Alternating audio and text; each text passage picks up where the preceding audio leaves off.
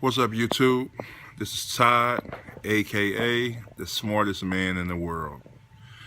Time for another video.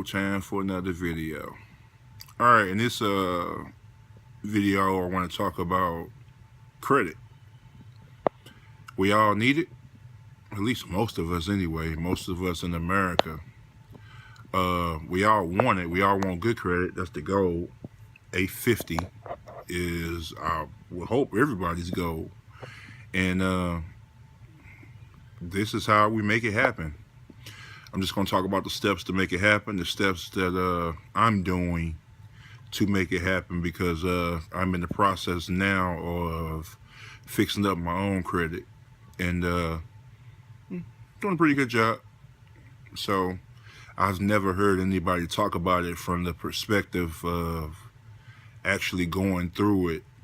I heard people talk about it beforehand, like before they start working on their credit, and after the fact when they already got their credit to where they want it. But I'm talking about it from the perspective of actually going through it and building it now.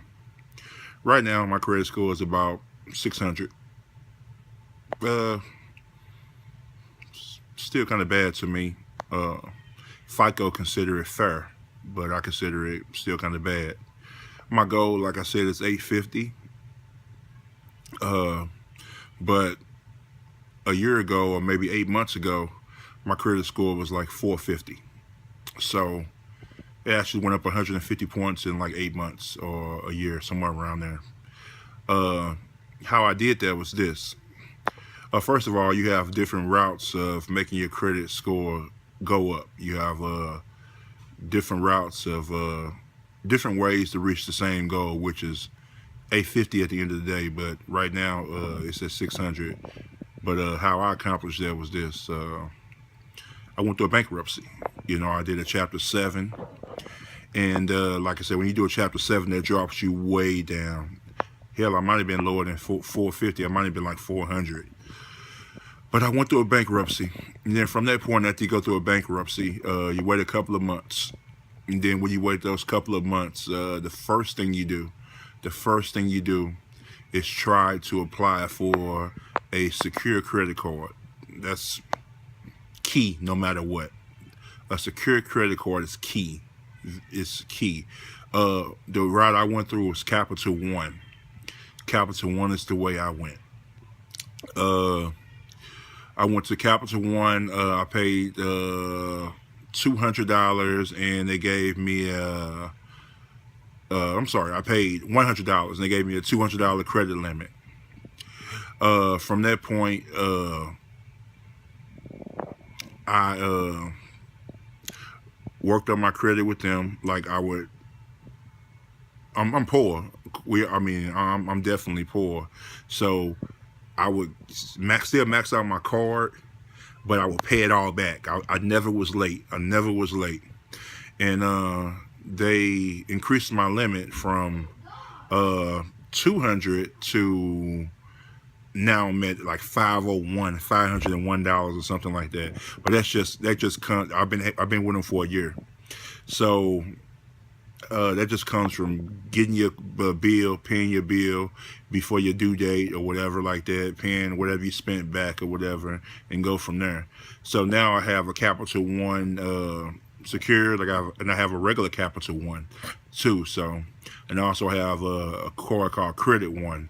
Now with Credit One, a lot of people consider that a bad card or a bad company now, and maybe in the past years they were a bad card or a bad company, but now I've been with Credit One about 3 months. They're a little bit on the high side as far as different charges that they charge, but overall it's a good card. They've been okay to me, and they ain't really been that bad. I maxed them out. Gotta pay stuff back when you max it out, but they report on your credit and stuff, and they've been all right. Credit One is okay. Capital One is excellent, but Credit One is okay. It still works. So basically, like I said, other than this credit card, I have a little card note too. I've been paying on that, so they have been reporting too.